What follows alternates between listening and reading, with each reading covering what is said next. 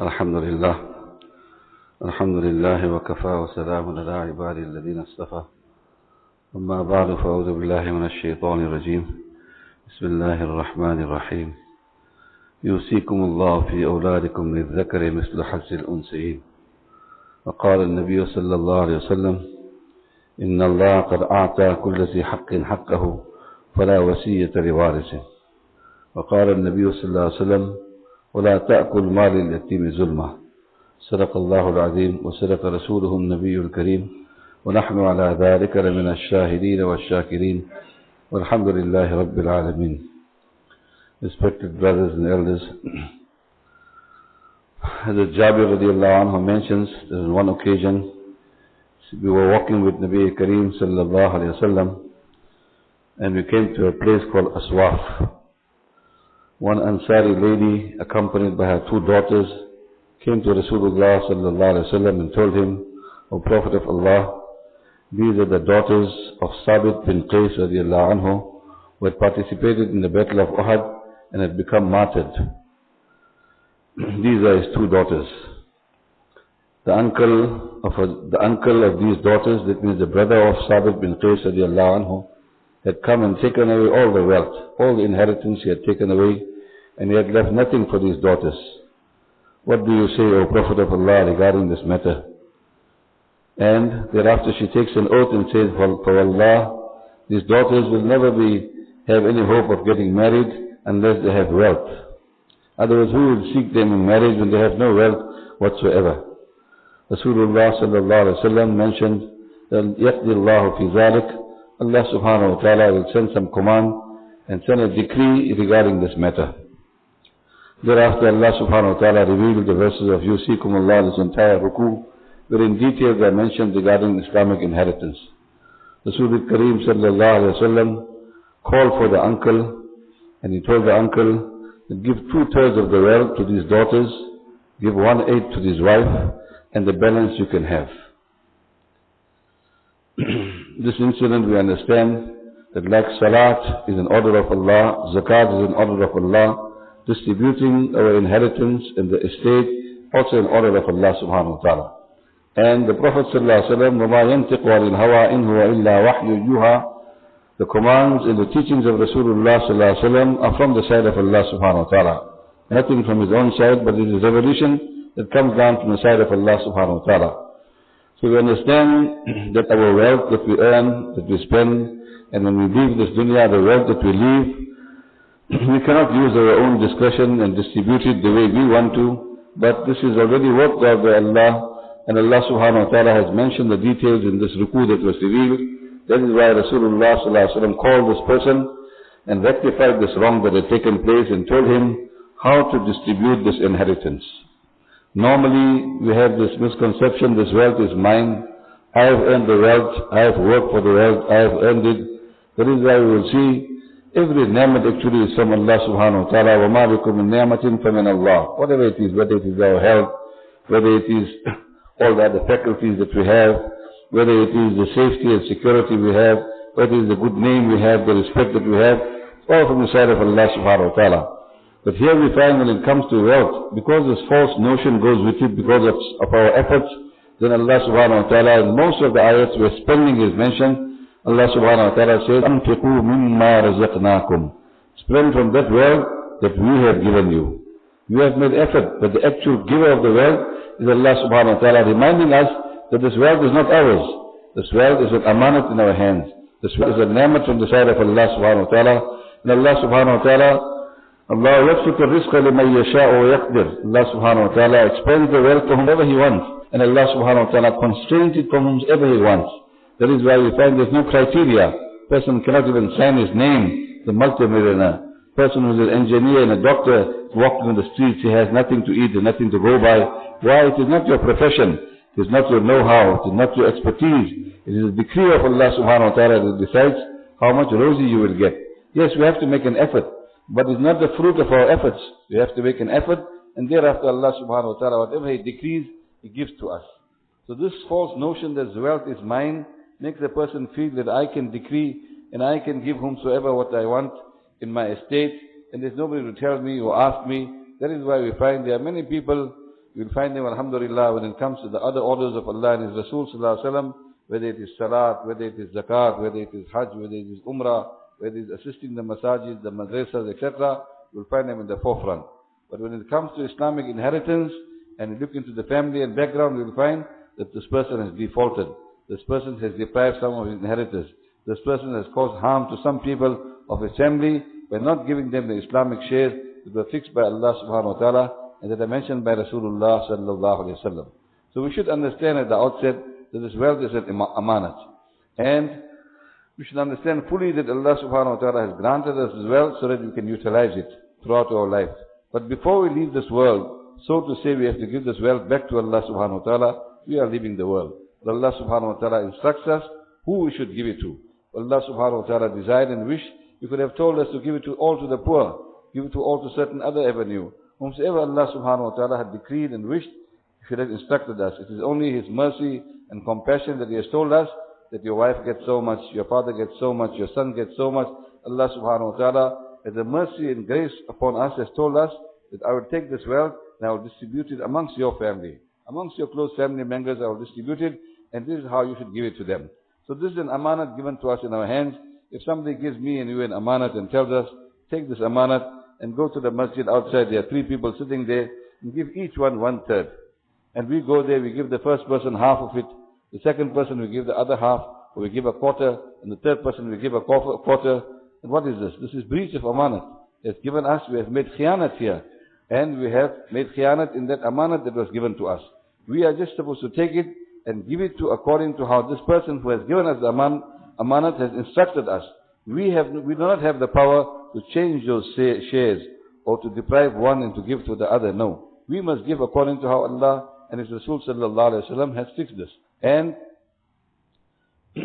Islamic inheritance is so important, and making an Islamic wasiyat is so important. One hadith we understand, the Sahabi Hazrat Abdullah ibn Umar radiallahu anhu says that Rasulullah sallallahu alaihi wasallam said, words to this effect, does not behove a mu'min to pass even, who has some wealth to bequeath, to pass even 2 nights without his will being written and being ready. He says, when I heard this hadith of Rasulullah sallallahu alaihi wasallam, I did not even allow 1 night to go past. And I had made out my will, ready there, kept there, ready in the event of me passing away. The same Sahabi who says, when Rasulullah sallallahu alaihi wasallam had mentioned that you must live in the dunya like a musafir or like a person that's passing, he says that when you go into the morning, don't wait till the evening. And when the evening comes, don't wait in the morning, because you may go away. And we see this in everyday life. Person is well, walking, talking, and suddenly that person is gone. Just in the flash of a second, that person is gone. Everyday experiences we see today in our lives. So the Sahabi says that I made sure that I made out a wasiyat, even I didn't let 1 night pass, and I had an Islamic will, it was ready there. One hadith is mentioned, the virtues of the will. The person that passes away upon a will, then is mentioned, mata ala sabilin. He has passed away on the clear path. He has passed away on the path which is completely clear. Why? He has left instructions at what to do to his wealth. Mata ala sunnatin. And he has passed away upon the sunnah of Rasulullah sallallahu alaihi wasallam. And further the hadith go to say, mata ala tuqa. He has passed away upon taqwa and piety. Person that passed away, left the will, proper Islamic will, he has passed away upon piety. Wa ala shahadatin. He has passed away upon the shahadat. And وَمَاتَ مَغْفُورًا لَهُ. He has passed away in a state where Allah subhanahu wa ta'ala forgives him. Great virtues just for living an Islamic will. Obviously, for some people it is for us to leave a will, for some people it is sunnat, some people is otherwise depending on their circumstances. But here, when we look at these virtues, and every person should make out a will, Islamic will, and leave it there, and get these great virtues from the side of Allah subhanahu wa ta'ala. He is forgiven, and he is on the clear path. He passed away upon the sunnah, he passed away upon piety, passed away upon shahadat, he passed away in a state where all his sins are forgiven by Allah subhanahu wa ta'ala. And on the contrary, when a person does not make a will, and he passes away, it's mentioned one riwayat, tarkul wasiyate haroon fid dunya. There's a great fault and shortcoming. Leaving out the wasiyat is a shortcoming and fault in the person in the dunya. Why? Because he hasn't given specific instructions as to how the will must be, distributed, and how his assets must be distributed. He hasn't given instructions. وَنَارٌ وَشَنَارٌ فِي الْآخِرَةِ. And for him in the Akhirat is the fire of Jahannam and disgrace. Why? He has not left a proper will. Tarkul wasiyah, he has left out an wasiyah. So from this we understand the importance of making an Islamic will.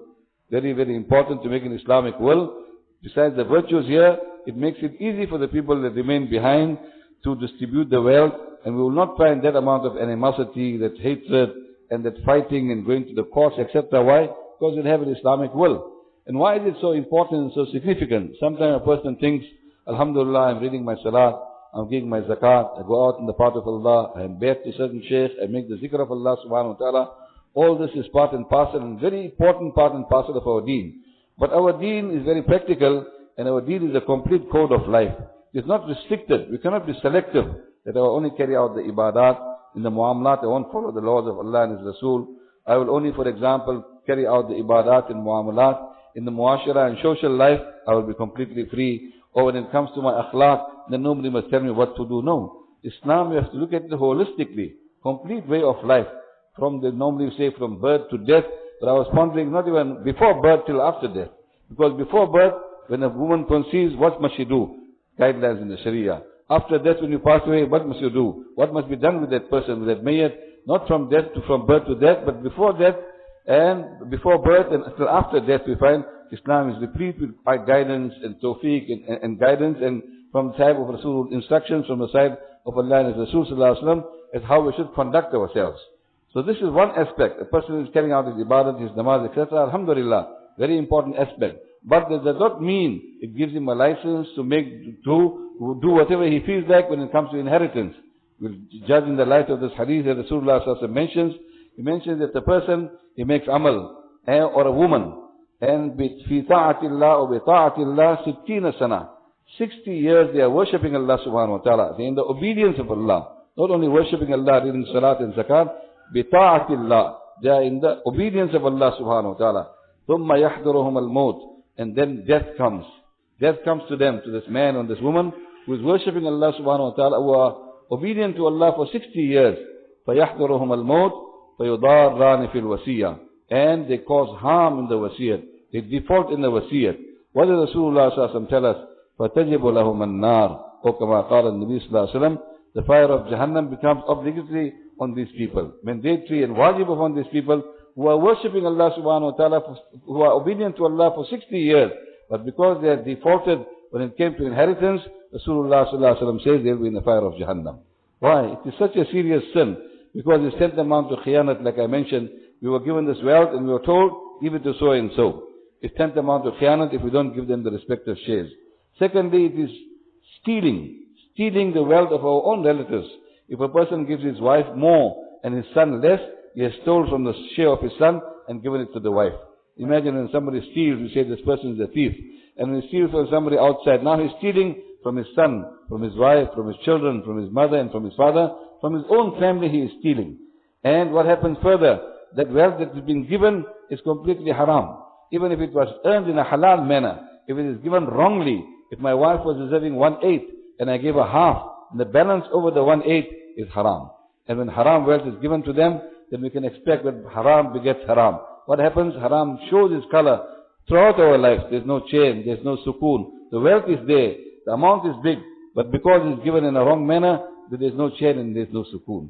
Further with that, we find families are broken down. There's so many everyday experiences we know of families that are so closely knit to each other, so close to each other, etc. And what happened? The wasiyat was not given in the proper manner. We find there's animosity, there's hatred, there's jealousy, there's infighting, there's swearing, there's abuse. People are not talking to each other. For generations this is carrying on.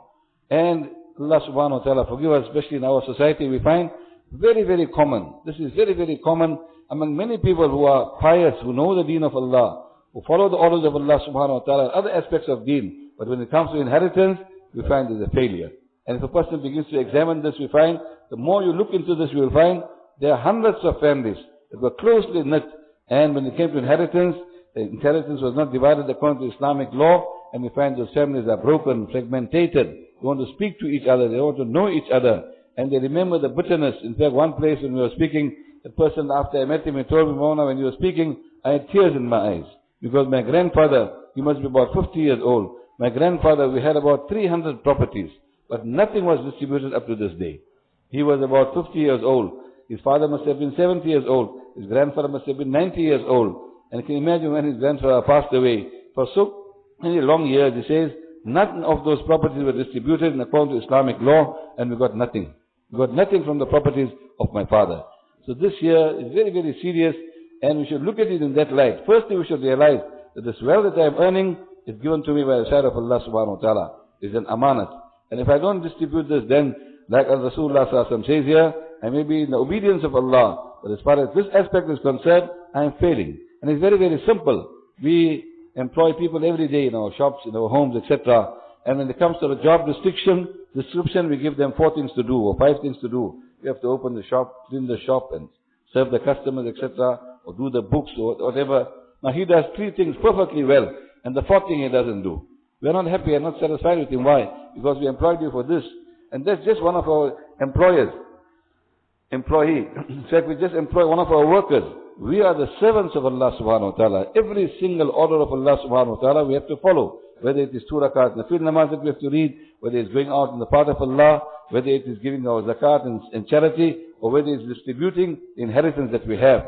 Every single order is from the side of Allah subhanahu wa ta'ala, and we are the servants of Allah subhanahu wa ta'ala. We should follow all the orders of Allah subhanahu wa ta'ala. This ruku that had come down, if you examine the ruku, you will understand how serious this matter is. Allah subhanahu wa ta'ala mentions this ruku, yusikumullah fi awladikum lizzakari mislu hazzil unsayin. That Allah subhanahu wa ta'ala commands you, Allah subhanahu wa ta'ala instructs you, Allah subhanahu wa ta'ala directs you, fi awladikum, that in your children, lizzakari mislu hazzil unsayin. A male will get that share which is equal to double the share of the woman. Male will get that portion, and that share that is double the portion of the woman. In your children, Allah subhanahu wa ta'ala tells us here that your son will get double the share of what this daughter will get. The opening verses of this. Thereafter Allah subhanahu wa ta'ala mentions details that فَإِن كُنَّ نِسَاءً فَوْقَ اثْنَتَيْنِ فَلَهُنَّ ثُلُثَا مَا تَرَكَ. If you only leave daughters, there are 2 or more mentioned here, but even if there are 2 in the hadith mentioned, even if there are 2 daughters, فَلَهُنَّ ثُلُثَا مَا تَرَكَ. They will get 2/3 of your estate. The person has only daughters, 2 daughters or more, then 2/3 of the estate will go to the daughters. To show to us here that the children, the male also get and the female also get. Thereafter Allah subhanahu wa ta'ala carries on with the shares of the parents. That if they are parents, you have no children, you only have parents, then each parent, if they are children, together with the children you have parents, the mother and father, they will get 1/6 each. In the case where there are no children, you only have parents, then the mother will get 1/3 and the balance will go to the father. In the case where you don't have children and the parents are inheriting and you have sisters, brothers and sisters, then the mother will get 1/6 and the balance will go to the father. Here Allah subhanahu wa ta'ala mentions to us the different conditions of the parents inheriting. Thereafter Allah subhanahu wa ta'ala tells us, آباؤكم وأبناؤكم لا تدرون أيهم أقرب لكم نفعا. You have your children and you have your parents. You do not know who is more beneficial to you. You do not know. So you are not in a position to make the distribution. You do not know who is more beneficial to you. Faridatan min Allah. This is something that is determined by Allah subhanahu wa ta'ala, is fixed by Allah subhanahu wa ta'ala. Inna Allah kana aliman hakima. Because Allah subhanahu wa ta'ala is all knowing and Allah subhanahu wa ta'ala is full of wisdom. Allah subhanahu wa ta'ala knows the wisdom of giving the father so much, of giving the mother so much, of giving the daughter so much and giving the son so much. You do not know. And it is not something that we have a choice. It is fixed by Allah subhanahu wa ta'ala. Faridatan min Allah. Thereafter Allah subhanahu wa ta'ala mentions the shares of the wives and the husbands and the wives. If the wife passes away and she has no children, then you will get half. As a husband, you will get half of the estate. And if there are children, then you'll get a quarter of the estate. But if the husband passes away and there are no children, then the wife, she will not get half like the man had got, the husband had got, she will get a quarter. And if there are children and the husband passes away, then the wife will get 1/8 of the estate. Thereafter Allah subhanahu wa ta'ala mentions those people who do not have children and do not have ascendants or descendants. If they have brothers, if they have one brother or one sister, then they will get 1/6. And if they are more, then they will share from 1/3, from 2/3. Thereafter Allah subhanahu wa ta'ala mentions to us again, wasiyatan min Allah. This is an instruction from the side of Allah, a directive from the side of Allah. Allah ta'ala already told us, faridatan min Allah, it is fixed by Allah. Wasiyatan min Allah, and Allah subhanahu wa ta'ala is all knowing, and Allah subhanahu wa ta'ala is most tolerant. Otherwise you can do what you want to. You have a choice here. But Allah subhanahu wa ta'ala knows fully well what you are going to do. And Allah subhanahu wa ta'ala is most tolerant. Person does things that are against the order of Allah and His Rasul sallallahu alaihi wasallam. There's not end of the story. Allah subhanahu wa ta'ala knows the reality. Then Allah subhanahu wa ta'ala says, Tilka hududullah. These are the boundaries and limitations of Allah subhanahu wa ta'ala. These are the limits that Allah subhanahu wa ta'ala had mentioned. Now if you look at this ruku, it's filled up reminding us, fixed by Allah subhanahu wa ta'ala, the order of Allah subhanahu wa ta'ala, the limits of Allah subhanahu wa ta'ala. These are the limits of Allah subhanahu wa ta'ala. We should not go beyond these limits. Thereafter Allah subhanahu wa ta'ala mentions as an incentive and motivation for us that whoever is obedient to Allah and His Rasul sallallahu alaihi wasallam, whoever tilka hududullah wa man yuti' Allah wa rasulahu, whoever is obedient to Allah and His Rasul sallallahu alaihi wasallam, Allah subhanahu wa ta'ala will enter him into paradise, to gardens under which rivers will flow, and he will dwell therein forever and forever. And this is the great triumph and the great success. And وَمَنْ يَعْصِ اللَّهَ وَرَسُولَهُ وَيَتَعَدَّ حُدُودَهُ, those people that are disobedient to Allah and His Rasul sallallahu alaihi wasallam, and they cross the limits, they transgress the limits. How? They interfere with the shares, or they deprive those people that Allah subhanahu wa ta'ala has fixed in the Quran, and how Rasulullah sallallahu alaihi wasallam mentioned in the hadith, they deprive those people. And they do not follow the law of Allah. Allah subhanahu wa ta'ala says, then He will enter them into the fire of Jahannam. They will dwell therein there forever and forever. Commentators mention here those people that contest, that challenge this law of Allah, reject the law of Allah subhanahu wa ta'ala, they become kafir, and they will enter into Jahannam forever and forever. And for those people who accept the law, but because of their weakness is not carried out, they will dwell into Jahannam for a very long time, and they will have in punishment a most disgraceful punishment in the Akhirat. So here we find a warning is mentioned by Allah subhanahu wa ta'ala after these verses are revealed by Allah subhanahu wa ta'ala regarding inheritance. And in between also Allah ta'ala tells us, غَيْرَ مُضَارٍ. We should not cause benefit and harm to people, the other inheritors, when you are distributing this. We should not cause harm by depriving some or changing the sales of some and giving other people. So Allah subhanahu wa ta'ala knows in His wisdom who will get what amount of share and what must be given to which person. We cannot exercise our discretion and our understanding. Similarly, it is mentioned, Rasulullah sallallahu alaihi wasallam has mentioned, the thing called Hajjatul Wada, Inna Allah qad a'ta kulla zi haqqin haqqahu fala wasiyata liwarisin. That Allah subhanahu wa ta'ala has definitely given every rightful person his share. Whoever was deserving of what portion, Allah subhanahu wa ta'ala has given him that share and fixed it in the Holy Quran. And Rasulullah sallallahu alaihi wasallam has explained us who must get what amount of share. فَلَا وَسِيَّةَ لِوَارِثٍ. You cannot make any bequests for those people that are inheriting from you. My wife is inheriting from me. I cannot make a bequest that she must be given so much over and above what she's supposed to inherit. My son is inheriting. My children are inheriting. My daughter is inheriting. I cannot give them more. I cannot make a wasiyat and bequest that they must get more than what they're supposed to get. No. That is fixed by Allah subhanahu wa ta'ala. As far as wasiyat is concerned, making a bequest is concerned, I have a choice in 1/3 of my wealth. But with this provision, that must not be for anyone who is inheriting from me. Otherwise, the will of a Muslim is already fixed by Allah and His Rasul sallallahu alaihi wasallam, who will get what portion.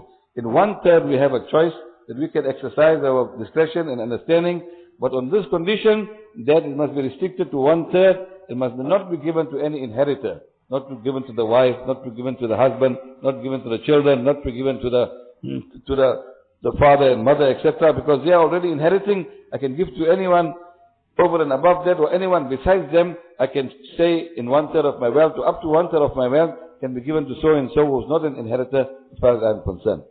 And as far as the Shariat is concerned, he is not an inheritor. So as far as I am concerned, I have the discretion, I have the right to fix a certain amount for that person on condition that does not go beyond 1/3. Now what we need to understand is this, that this is inheritance and wirasat.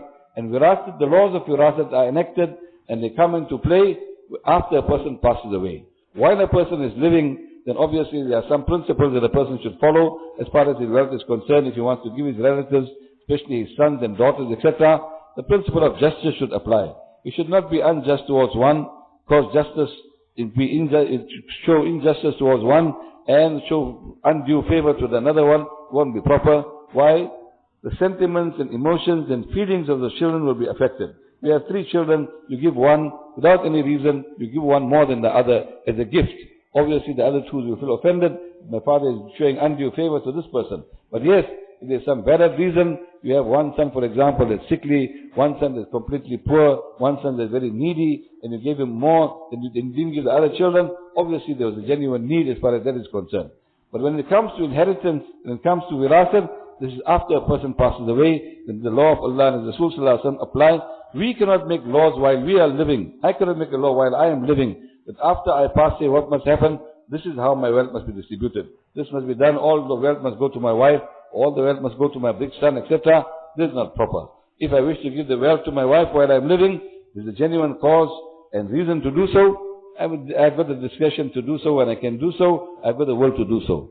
There are very many common areas where we find people, there are a lot of discrepancies when it comes to estates. Firstly, we must understand that every single thing becomes part and parcel of the estate. When a person passes away, I pass away at this point in time, the pen also is part of the estate. Pen also is part of the estate. The keys in my pocket also is part of the estate. If I have a few coins in my pocket, that's also part of the estate. Every single thing is part of the estate. Not that the bank balance is part of the estate, but my clothing, we'll give it away as charity. This will do, this will do. No. There's one person sitting at the bedside of a sick person, that person passed away. Immediately he blew off that lamp. Immediately he blew off the lamp. Somebody asked him, why did you do this?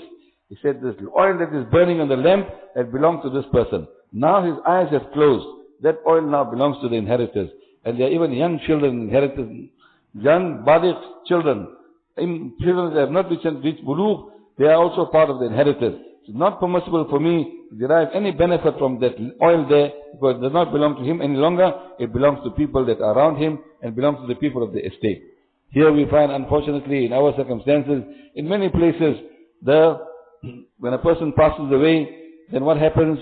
We find large amounts of money are there to feed the people, etc. Expenditure is coming out from that person's assets. People think nothing about it. They feel, mashallah, we are serving the guests that are coming here, feeding them and looking after their needs, etc. All that wealth does not belong to the deceased. It belongs to the people that are the offspring of the deceased, the family of the deceased. Sometimes there's little children there. And little children, even if they expressly give permission and say, take this, it's no problem, you can use it, we are not prepared, it's not proper for us to use that amount of wealth. So what is the first thing to do? Is when a person passes away, ascertain. Some people have even written to this extent, before he is even buried, you sit down and determine what is the wealth that he has. And you stop there and say, this is his wealth, and we make an estimation of his wealth, even before he is buried. Some people say, why? Because there should not be any delay, you should not neglect as far as his assets are concerned. So firstly, everything forms part of the estate. If a person wishes to give something to the poor, etc., as long as all the inheritors consent to that, it's permissible. Otherwise, a person uses his own discretion and gets rid of some things of the person that passed away, this is not proper. Secondly, we should try and discharge the duty as expeditiously as possible. It should not be this, that months have gone by, years have gone by, people who are inheriting have gone to the graves, but the estate is not wound up. Yes, we have the legal side of it, where we have to send the details to the master, etc. But apart from that, there should be no undue delay. And this is very, very common. You will find families, they'll say, my grandfather's estate is still not wound up today. 20 years have gone by, 40 years have gone by, that estate is not wound up today because of some hitches. One person had come to us and told us that Moulana, my father had passed away, he's 8 years now. And certain Moulana is the executor of the estate. We went after the Moulana Sahib. Moulana Sahib said, yes, I am the executor, but somebody else is handling it. 8 years have gone by. The Moulana cannot show this person what are the shares, what your father has left for you, and what you are entitled to. 8 years have gone by. It's not there. With due respect to all ulama kiram. Otherwise, Allah subhanahu wa ta'ala give us tawfiq. We are so lax when it comes to inheritance. So lax when it comes to inheritance here. Reminds me of an incident taking place in India. Anyway, we'll come back to that. So here, the second duty is this. Firstly, all that forms part of the estate. Secondly, expeditiously as possible, we should discharge that estate. Sometimes we become a hindrance. We put a clause there. I put a clause that my inheritance must not be distributed till my youngest son does not reach 21 years old. Now what happens? Everybody is waiting for that boy to reach 21 so they can get their share. My estate must not be distributed till my wife is not living. People feel now, I must secure my wife, so all my assets we make a joint will. When I pass away, everything goes to the wife. The wife passes away, everything comes to me. And now everybody is waiting. The father has passed away. All the children are waiting now. For what? For the wife to pass away. For the mother to pass away because they want their shares. So what do you think? Will they make a lot of dua? Allah Ta'ala give them a lot of barakat in their lives. They must live for another 40 years so we can wait. We are the people that are causing this animosity, this ill feeling, this bad feeling, this bad blood in the hearts and minds of our own children against our own wives. Why? Because we're not realizing that it is their rights that have come. And these rights don't come after we pass away. They don't come after we pass away. You should remember that. One hadith where Rasulullah was asked, what is the best charity? Rasulullah mentioned the details of the hadith you must have heard before, that you must spend in the state that you are completely fit, and you have love for the wealth, and you have ummeed that you must become wealthy. You are fearing faqr, takshal faqr, wa ta'marul ghina, and wala tumhil. Rasulullah says, do not delay till the rule reaches the throat. Then you say, the fulan in kaza, or the fulan in kaza, so and so, so much thousand, so and so, so much thousand, waqad kana li fulan. Rasulullah tells us, when we are nearing death, the wealth, the rights of those people have already come onto our wealth. Now we do not have the prerogative now to make the decision that this wealth must be given to so and so and so and so, because the rights of the inheritors have already come. And one of the most strongest way of getting, the strongest way of ownership of tamliq is inheritance. Without a person's choice, without him intending or accepting, etc., the wealth becomes transferred to him. It becomes his wealth, and without him earning and accepting, etc. Person gives a gift to somebody, has to accept it. But in the inheritance of Fuqaha mentioned, there's such a strong avenue of earning wealth that before when somebody passes away, that person's ownership comes immediately on the wealth that is left behind. So we should not delay at all. We should not become a cause of delay. Sometimes there are circumstances, the master, etc., so on. But we should not become a cause of delay by putting some clauses, or for example, making such a will that people have to wait for some other inheritors to pass away before they get their share. Similarly, we find in our context, people feel my wife is getting 1/8. My wife is getting 1/8, and common sentence, they won't look after my wife. They won't look after my wife, so I'll give my wife the whole estate. That's what a person feels. He wants to secure the wife. Now I pass away, everything goes to the wife. And this reality, as I mentioned, this is meddling in the shares of Allah subhanahu wa ta'ala that are fixed for the wife, and keeping all those other inheritors or shareholders waiting. What a person can do is that in his lifetime he can secure his wife. As I mentioned, in life, a person wishes, he feels the children will not look after the wife, give some assets to the wife while the person is living. Give the house to the wife while he was living. But obviously we must understand the implications that will become the property of the wife. If she passes away, that will become inheritance. It won't come back automatically to me. Similarly, a person can make her a shareholder in his assets. Give her 50% of his assets, or 50% of the house, etc. This way he'll be securing her. Or for example, he can make waqf of the house. The house is make waqf on this condition, that as long as I am living, I will stay here. As far as the wife is living, she'll stay here. And Islamic waqf is not like the trust we have today. It has a maturity date and stops there. No. Islamic waqf is that continues, to perpetual, continues, and eventually ultimately can go away to the poor. So as long as I am living, I'll stay in this house. As long as my wife is living, she'll stay in the house. Thereafter, whoever else is living, they can stay, or thereafter it will go to the avenue of charity and go to the poor people. So there are different ways here of securing the wife's rights, or securing her. And actually, in reality, the best way to secure the wife's rights is to bring our children up in an Islamic manner. Al-Jannatu tahta aqdam al-ummahat, or kama qala an-Nabi sallallahu alayhi wa sallam, when the child knows that Jannat lies beneath the feet of my mother, then under all circumstances, he will look after the mother. He will not be concerned about the rands and cents. He will not be concerned about the money. And alhamdulillah, we find people of that caliber. Reminds me of a lady who had mentioned to my wife that my son is such a son that does not have any fault.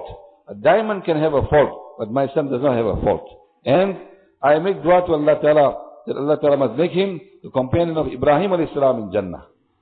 She knows of the incident where Musa alayhi salam, the mother had made dua, Allah Ta'ala make that person the companion of Musa alayhi salam in Jannah. And you heard this incident. And this year, this woman says that my son has no fault. My son has no fault. A diamond can have a fault. My son can have no fault. And I make dua, Allah Ta'ala make him the companion of Ibrahim alayhi salam. So there are such people that are brought up with the deen of Allah subhanahu wa ta'ala. They know the values of their mothers. They know the values of your wives. And they know how to look after them. They know how to look after them. So it is this is the actual solution, is to teach them the deen of Allah subhanahu wa ta'ala. And this obviously is an ongoing process. Have ta'aleem and have those things, have masla masail in the homes, etc. Teach them the deen of Allah. Take them to such gatherings where they know the value of the people. They don't look at you in the light of the bank balance that you have. They don't look at you in the material aspect. If you are worth so much, that's why I have to respect you. No. They look at you in the light of what Allah and His Rasul Sallallahu Alaihi Wasallam, that maqam that Allah has given us, Rasulullah Sallallahu Alaihi Wasallam has given us as a father, or as a mother, or as a brother, etc. They look at you in that light, and they respect and honor you. However, this is one place also we find where people falter. Another place is the children. This is also very common in our society. A person has a business. Haji Sahib started the business in 1940, for example, or 1950, and now he's growing old. He has 3 or 4 sons that join him in the business. One is a alim, mashallah. The other 2 sons are working in the shop. Now those 2 sons that are working in the shop, what happens? They take over. They take over the shop, so to say. They do the ordering and they do everything regarding the shop. They've opened up so many branches, etc. They're running the shop. They tell the father to take it easy, come when you want to, go when you want to, etc. They're virtually running anything. But the entire shop belongs to the father. He at no stage has given that shop to the children. He has not even made them shareholders. They are drawing a meager salary. Obviously, like you saw common here, Shadi also from the shop, Hajj also from the shop. He went for Cape Town holiday also from the shop. He went for certain thing also from the shop. His son got married also from the shop. Expenditure is coming from the shop. From one pot there everything is coming. But that actually belongs to the father. Now the day that father passes away, then this is real life experiences. I remember when I was sitting once, Jamiat offered the person appeared in Kurta, came and said, Moulana, I am with my father. The business is in the heart of Grey Street. I'm with my father for so many years. And I have so many brothers. What is our shares? I told him, in Islam, you will inherit because of your relationship with the father. You served your father for 20 years. That person that's far away from your father for 20 years, you get equal shares. You get equal shares. He felt very despondent and deprived. And he felt something wrong with the Sharia. Ma'azallah, our Sharia is Al-Yawm akmaltu lakum deenakum. It's kamil and Allah has made it kamil. So it is our understanding that's feeble, not the Sharia. But what was the solution? You are not getting your inheritance because you are working for your father. You are getting it because you are the son of your father. And that alim that is serving in the madrasa, and that person in the shop who's serving you for 20 years, they will get the same inheritance because that is your son and this is your son. What you ought to do was, when the son of yours is serving you in the shop, make him a partner in the shop. Give him 20% of the shop. 20% belongs to him. 50% belongs to him. The day you pass away, 50% of the shop is not in the estate. It belongs to so and so this son and belongs to that son because they are working. Or give them from the profits of your business. If you don't want to give them shares, you give them a hefty part of the profits. So much 50% of the profits or 70% of the profits, and they know they are working, and because of the work, they are getting their returns also. The father is repaying them. So, not at the expense of the inheritors. What do? You write the shop to the son. These 2 children will get the shop. Now what you are doing, you are showing them additional favor, you are giving them more than what they deserve, and you are depriving others. This is not proper. This again, you are defaulting for your darrani fil wasiya. You are defaulting in the wasiya. You are causing harm and detriment to the other inheritors. Similarly, we find when it comes to the daughters, Allah subhanahu wa ta'ala, the first ayat He mentions here, the zakari mislu hasil unsayin, showing to us, though the proportions are not same, the male gets twice the amount of the female, showing to us that the female deserves inheritance. But what happens? A debate starts and ensues, and say, Ben is married to so-and-so, mashallah, he is owning so many cash and carries. But she doesn't require the money. Oh yeah, this daughter of mine, she hasn't even been for Hajj, and she's not even married. She'll require the wealth. So I'll give this daughter so much, and I won't give that daughter, because she doesn't require it. Not a matter of requiring. By virtue of their relationship, all of them are same to you. You have to give this one and that one the same, whether this one is a multimillionaire's wife, and whether that one is a pauper and has great needs. When it comes to inheritance, this has been fixed by Allah subhanahu wa ta'ala, they will all get a share. So we should not deprive our daughters. We should give them their respective shares that is fixed by Allah and His Rasul sallallahu alayhi wa sallam, irrespective of their position. And what is very, very common in our society is, the family will sit down, 3 sisters will be there, the younger sister may be the one that's not married, got nothing, and the elder sister is the one that's more vocal and talks, more talkative. Sit there and person will say, Ben, I don't think you all need it, mashallah, Allah Pak has given her you all. I don't think you all need it. What do you all say? Pictures say, yeah, mashallah, we are very well off on him. We should give it to mine, we should give it to so and so. The young girl is under duress. She can't even speak. If she says something, they'll say, subhanallah, look at her. She's not respecting the big brother. She's not showing respect to the big brother. She has no feeling for the mother, and she's saying she wants a share. You should keep quiet. They say, big brother feeds, the mother must get everything. She says, the big daughter speaks, and the little daughter is sitting there. The rightful way is to work out the shares and give it to them.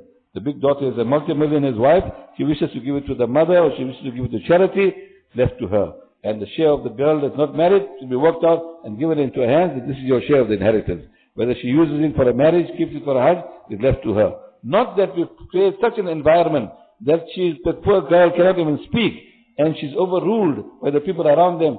She's shy, etc. But inside she feels she's deprived of the inheritance. And we feel, mashallah, everybody is in full agreement. They all said, yeah, they don't require it. We are the people that are calling the shots, especially that person who normally is the kingpin in the business. He sits down because he knows all the assets, he knows what's happening, and he knows all the numbers, where to press and what not to press, and where the money will come out from, and he calls the shots. This is not according to the deen of Allah subhanahu wa ta'ala. Then we find another aspect also is that a person doesn't listen to the father. And this is very, very common. Person, for example, a father may be a very pious person. He wants his son, for example, to come out in the path of Allah. He doesn't want to come. A person he may be sitting in a masjid, maybe making the zikr of Allah. The son doesn't listen to him. He doesn't read his namaz. So what he says, I'll take you out of my will. I will take you out of my will. Very, very dangerous situation. Man qata'a mirasa warisihi, qata'a Allahu mirasahu min al-jannah yawm al-qiyamah, or kama qala an-Nabi sallallahu alaihi wasallam. The person that cuts off the inheritance of his inheritor, Allah subhanahu wa ta'ala will cut off his inheritance on the day of judgment. Inheritance of what? Inheritance of paradise. So we should remember, irrespective of what the child is, we cannot take him out of our estate because we are not giving him. Allah subhanahu wa ta'ala has fixed his share, and Allah subhanahu wa ta'ala, so to say, is giving that person his share. Similarly, we find when it comes to particular items, then a person says that my house goes to my big son. This car of mine will go to my young son. That property there that I got across in front of the sea, that will go to so and so. That money that I got overseas, that will go to so and so. This is not permissible to fix those amounts and give it to them. Why? Because the proportions may differ. Your shop may be the milking cow, and you may be getting millions of rand from the shop. You gave it to your bigger son. And the bigger son was only, so his share, for example, was only 500,000. And your shop is worth 3 million, and you gave it to your son. Similarly, the car is worth 50,000 or 100,000, and you gave it to your young son, and his share was maybe 200,000. So to fix those proportions is not proper. To fix the items and say, to give this to a certain person and this to a certain person is not proper. Yes, you can express your views and say that if all of you get together and keep this shop going, this will be better for you in the long run. The business will be there, you will get income from business, etc. You can express the sentiment, but you can't fix it in your will and say this will go to this person and this will go to that person. This is not proper. So these are some areas we find that people falter. Then again we find there are other areas where people have got other type of contracts, and what happens, that interferes with the inheritance. For example, marriage. People are married in community of property, and that by virtue of that marriage, the law says half is whatever is yours, half belongs to you and half belongs to your wife. And Islam does not work by marriage, it belongs by you personally giving that wealth to your wife. So by virtue of that marriage, according to the laws of the land, your estate, Islamic estate cannot be distributed in accordance with the Sharia. Why? Half of it will go to the wife the day your eyes close, which is not proper. So if you are married in community of property, you should undo that marriage. Go to the lawyers and ask them, they tell you how to do it, and we should marry in the anti-natural contract without the accrual system. There's another system there, which is known as the accrual system, where a certain proportion is given to the wife, even if it's the ANC anti-natural contract. That also should be rectified. Then we find many people in our country have insurance. They have life insurance, etc. And we find all sorts of advices given for tax evasion, etc. And when that figures come, when a person passes away, he had paid towards the insurance maybe 500,000, and that comes to 5-6 million. Then you need a heart full of strong iman for the person to take that 2.5 million and give it away without a niyat of sawab and not to inherit from there. So a person should see whether he's got that imani strength, first of all. And why put himself in that predicament where now it becomes hard for him and his inheritors to take that 2.5 million and give it quietly to somebody without the niyat of sawab. So a person will only be entitled to those premiums, those items, those amounts of wealth that he has paid, not to the excess that will come in if he has insurance. Similarly, we find adoption is common. Some places people don't get children and they adopt children. And the law of the land says when you adopt a child, then he will take your surname. He will become like your real son, like your biological father. And Islam is not proper. وَدْعُوهُمْ لِآبَائِهِمْ وَأَقْتَرُ عِنْدَ اللَّهِ. We know that ayat that were revealed when Zayd radiallahu anhu was attributed to Rasulullah sallallahu alaihi wasallam to call them by the name of the adopted father also is not permissible. So here, the person feels, this is my son, this is my adopted son, and he bears my name, so when I will pass away, he will also inherit. He will not inherit from your estate as far as the Islamic law is concerned. Yes, from that 1/3 maybe you can give him, because he is not your own son, and you can give him, he's like a stranger, but he will not inherit from your Islamic estate. Similarly, we find very, very common, Allah subhanahu wa ta'ala give us tawfiq, is the verbal wasiyat that is made. Man passes away, or the woman passes away, the daughters come. The Jannah, my mother said, until 5 years ago, she said, this must be given to Khadija, the biggest daughter. Must be given to her. So now all the jewelry is taken out. The son comes, he says, no, my father said, certain car and certain things, certain property must be given to me. And I can bring witnesses there, must be given to me. People come, they say, yeah, I was there when Haji Sahib mentioned this, or when Ma mentioned that I was there, present. Very, very common. Take the last place that I spoke, that person came out and said, Moulana, we got the same problem. My nani's stuff, my nani's stuff, they say, some say she made a verbal wasiyat. Let me ask you one question.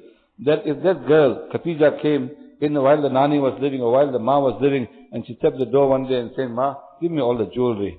What will the Ma say? Will she take it out and give it to her? She won't give it to her.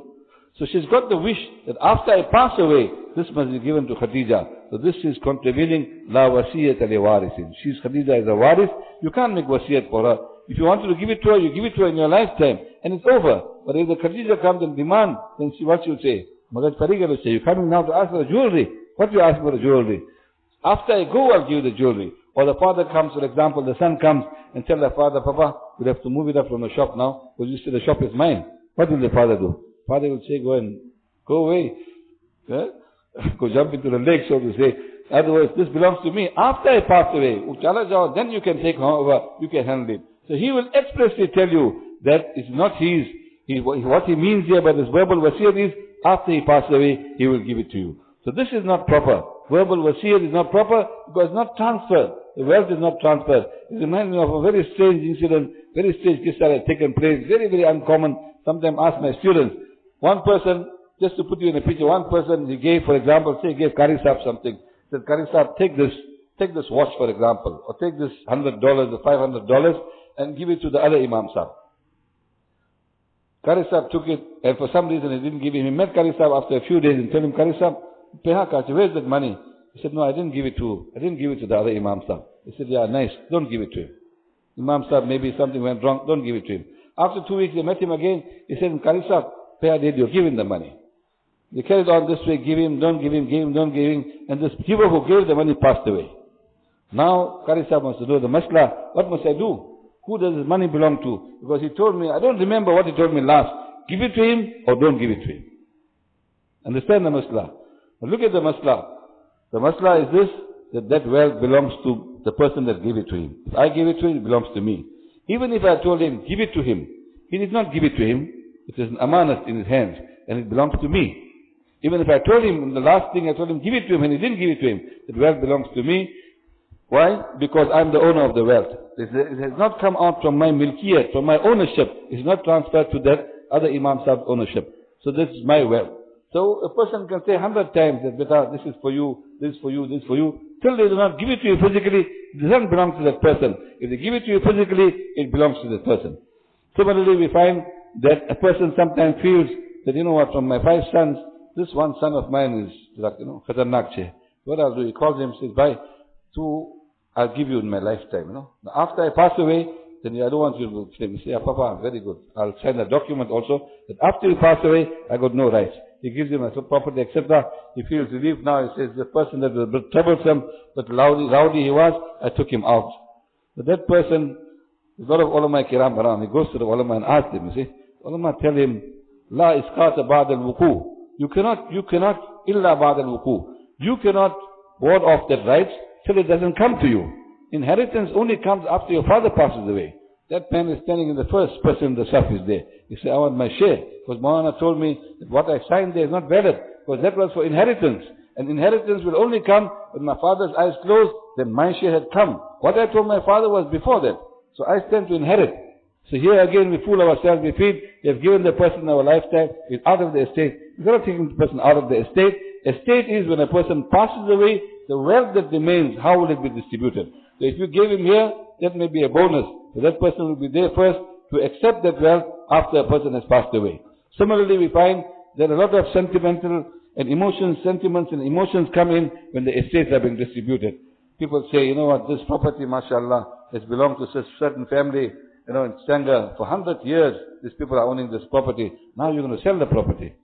How are you going to sell the property? 150 years, my Dada and Dada's Dada also had this property. The first one who came to Stanga had this property. That sentimental things are in its place. When it comes to Islamic estate, you have to wind up the estate and pay the people their shares.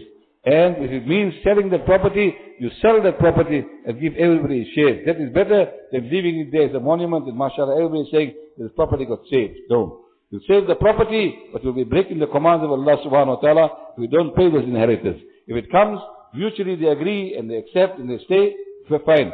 But if they don't agree and each one wants his shares, then you're obliged under the circumstances to sell the property and give them their shares. Then you find another scenario that's not very common in our country, but it happens, nice to know about it, is predeceasing. Person had 3 sons, for example, 1 son passed away in his lifetime. Now this in Pakistan has become a masla, pote ki wirasat. The 2 children get, that does the grandson get or doesn't get? Islamically, the grandson, when they are sons, that grandson is not entitled to get wirasat. But people said, no, they use their brain, this is understanding. Who will support that person? All their life, nobody helped him, was a yatim, etc. Nobody helped him. All that wealth that we have, nobody prepared to help him. Suddenly now they say, no, from the estate, we should give him from the estate, because if his father was living, we should give his father. See, all the mental this thing, I understand. Baap agar hote, you have to give the father. So father passed away, now you have to give the son. You have to give that yatim. This is also not proper. That yatim is a yatim, and the virtues of the yatim are in their place. But from the estate, Islamic estate, that person, the grandson, Pota, he is not entitled to a share from the Islamic estate. So these are matters where people falter. Another area is we find when people get a little bit of education and when they begin to apply their minds when it comes to the Islamic inheritance. And especially now, we find from the West, the gender equality winds are blowing. And the gender equality winds are so dangerous that it is outright kufr. Some places is complete, person becomes a complete kafir, ma'azallah, Allah Pak save us, who believes in the gender equality, that both these males and females are equal. In one place that they are meddling with it is in inheritance. Allah subhanahu wa ta'ala tells us that your son will get 2 portions of what the woman will get. In other words, your daughter will get half of what the son gets. Your son will get double of what the daughter will get. So ma'azallah, the gender equality commission comes about and says, ma'azallah, this is unfair. How can the daughter get half and the son get double? This is the command of not me and you, the command, the express command, an order of Allah subhanahu wa ta'ala. Now, a person who disbelieves in this becomes a kafir. Why? Because there's no way a person can meddle with this and make some ta'wil and find some loophole. Allah subhanahu wa ta'ala says, Yusikumullah. Allah ta'ala commands you, directs you and instructs you in your awlad that you give your sons 2 shares and your daughters 1 share. So here to go with the gender equality is kufr. And we find that these winds are blowing very, very strongly. We are lucky, alhamdulillah, in our society. In fact, one place where I mentioned this, one person came up and said, Moulana, 10 ulama were made shaheed and assassinated in Somalia because of this law. Because the government said no, it will be equal. And they said no, we will stand by the Quranic law. And they were made shaheed. In Bangladesh, I had friends who had to leave the country because they stood up against this law. And the government tried to say no, inheritance must be equal. I think they passed a judgment in the court. The inheritance must be equal for male and female. They had to leave the country because people wanted to arrest them. So here, this is how far they're mending the law of Allah and His Rasul sallallahu alaihi wasallam. So when it comes to the gender equality, there are great wisdoms. There's no time. Just give you one wisdom is this, that somebody came to Imam Hanifa rahmatullah, I told him, I believe that you are also following qiyas. Against the nas of Allah, you are following qiyas. Imam Hanifa told him, if that was the case, then I should have made the shares equal for the male and female. But I don't say they are equal. Why? Because qiyas and your logical understanding seems that you must give them also and give them also. So, the law of Allah subhanahu wa ta'ala is she gets half and the boys get double. And the reason for that, ulama mention, is that a woman in the Islamic society, at no stage of her life are the expenses her burden. The expenditure of a woman at no stage of her life, from the day she is born till the day she passes away, Allah subhanahu wa ta'ala has made sufficient arrangements for her expenditures and for her kharcha. When she is a little child, the father has to look after her. The virtues of that, you must ask the ulamas. How much more virtues is for you to look after your daughter than your son? How much virtues have been mentioned in the hadith of Rasulullah sallallahu alaihi wasallam? وَالْبَاقِيَاتُ الصَّالِحَاتُ, some say, is pious daughters who will stand on the day of judgment and intercede for you and save you from the fire of Jahannam. When they grow up and they become married, non-nafqa shohar has to give. They have to give, the husband has to provide for them. When they become mothers, etc., the children have to provide from them. When they get divorced and come back to their fathers, it mentioned one riwayah, the best sadaqah, the best charity is your daughter that has been returned to you. The father is obligated. And there's nobody there in the Islamic society has to look after that. This is a Western concept, ma'azallah, that they've taken the women out of their homes and also make them rub shoulders with the men and go and earn their living, etc. They kharcha, in fact, there's the ihsan of Allah subhanahu wa ta'ala, that there's a share for them. If you look into their societies, the Western societies, they had deprived the woman. From those days, if you go to see, they had no right of inheritance. But Islam had come. The first sentence is mentioned here, that your sons will get and your daughters will also get. Allah subhanahu wa ta'ala has given them a share. So mending with this is not proper. Another very common thing in our society, very maybe not too common, but common is, man has two wives. Man has two wives. One is the Mrs. So-and-so, this is Mr. Ibrahim, and this is Mr. Ibrahim that everybody knows. But the other Mrs. Ibrahim, nobody knows. Nobody knows except a few people that know about her. Now what happens? She's hidden somewhere. Hidden somewhere, and under some pretext the person goes there. He feels it's fine, because he's got the masla. He went to Moulana and Phoenix, he asked him, how many wives? Around 4 wives? Everybody knows, I'm allowed. But my first wife has to know. Ask this question very commonly. Does she have to know that I'm getting married to a second wife? Moulana says, no, ijab and qabul is made, the nikah is valid. So, person gets married, they say, alhamdulillah, I got married to a second wife now, no haram thing happening. But you ask the man, how you contacted her? How many years you know her? Where you met her? All that haram, he doesn't know about. He only knows the masla that you can get married to 2, completely permissible. 2, up to 4 you can get married. However, the person gets married, he doesn't say anyone, and the day he passes away, nobody knows about that wife. There may be some children there as well, nobody knows about the children. He's the cause of depriving that wife and depriving the children of the Islamic inheritance. Those days are gone. There's a famous qissa, no time anyway. The qissa goes, such one person has gone. There was a traveler, used to go to a certain town in those days. He used to stay there for a few days. He used to come back. His wife felt suspicious. She sent somebody to find out, and it was established that yes, your husband is married in that town. She was such a pious wife. She felt, Zahir Bati, he must have a zarurat, that's why he got married. He goes on safar, and there must be a need for him to have for another wife. She got married. She concealed this. She didn't say anyone. The day he passed away, it is mentioned, when her share was given of 1/8, she divided it into half, and she sent it with that same person to that woman there. That tell that woman that my husband has passed away, and this is her share, because she's the second wife. And look at the imandari of that woman.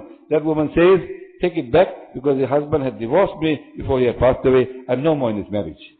So those days, these days we don't find that degree of amanatdari and that degree of love and understanding and value for the orders of Allah and Rasul sallallahu alaihi wasallam. So a person has 2 wives, then you should remember that they also inherit from you.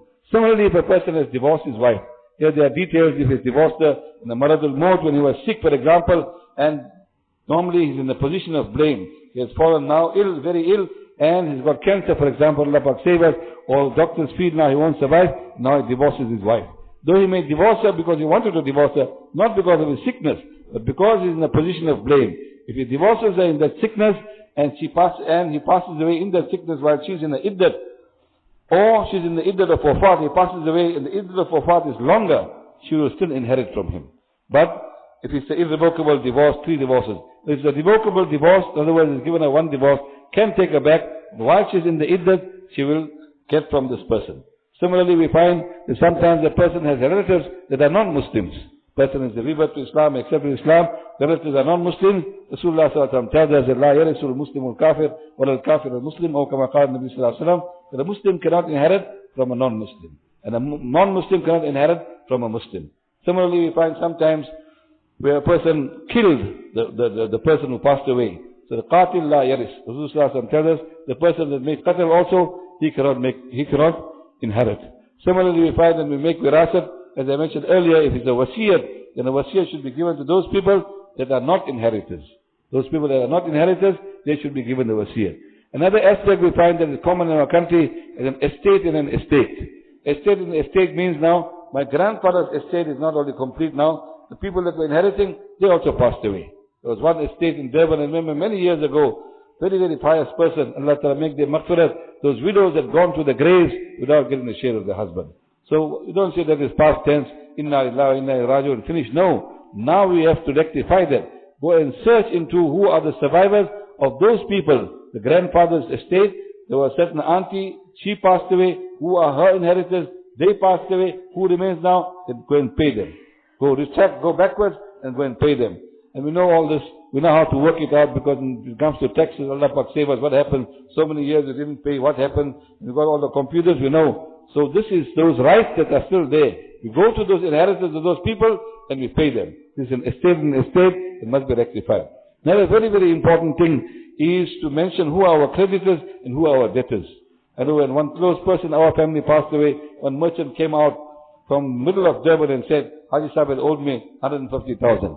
No record of it anyway. No record of it anyway. Now what do? If you do not pay that, then Haji Sahib is problem for him in the Akhirat. A person is mu'allakun bidaynihi in the Akhirat. He is suspended because of his dain. And if you pay that, and he is not paying the money, then you are depriving the inheritors. It's very, very important that the debtors and creditors must be mentioned, who you owing, and what amanats you got, etc. Together with that, another important thing is your inventory, especially in our scenario, when a person got investments there and here and offshore and everywhere, and all other types of investments, you got uplang, you got this, you got that, and only a big son knows about it, for example. Nobody else knows about it. The family doesn't know anything about it. And if that person is not trustworthy, what happens?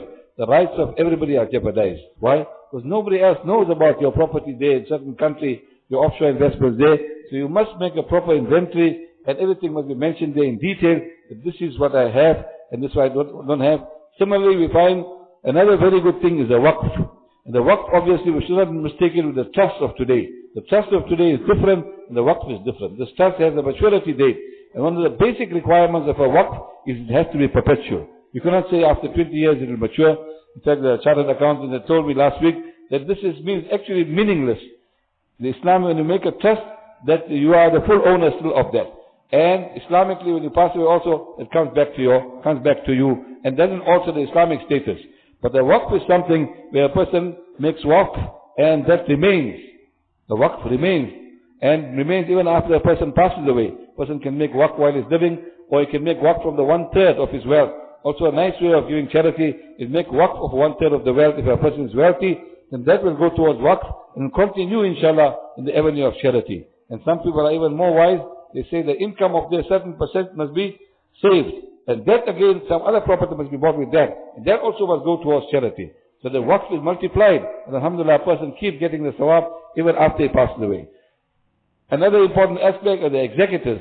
When it comes to elective executors, we must make sure that if they are ulama kiram, or people that are trustworthy, people that are honest, and together with that, people that are close to the family, and people that are accountable, who are accountable in the court of Allah subhanahu wa ta'ala, they are conscious about this, that I have to account tomorrow on the day of judgment. It must not be such people that have only secular knowledge, don't have the fear of Allah subhanahu wa ta'ala. Then you will find what happens here is those little children can't even go and ask them. There's so much awe of those people, they can't even go and ask them, when is the next installment due, or what is my proportion of the estate. Why? Because that person is high and haughty, and he's sitting there and is whatever his profession is, and he has no time. No, he must be a member of the family, has feeding for the family, knows the affairs of the family, etc. A dindar person, ulama kiram are there, they can guide them also.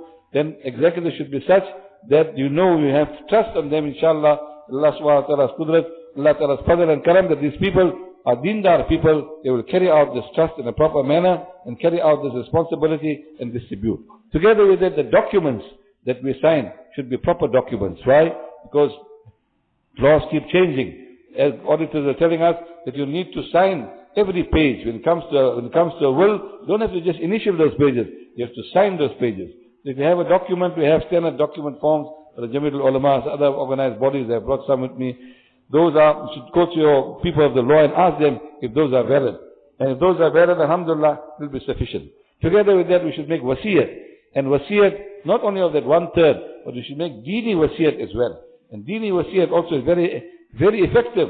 Person may not listen to his parents, but when the mother passed away, he says, my mother's wasiyat, that every Thursday I must do this, or I must read my namaz, etc., or I must look after this granny. A mother can tell her whole life, you may not listen. But it is mentioned in the wasiyat, you see that you look after little children, see that you look after the unmarried daughter, etc. You take it very seriously and fulfill it.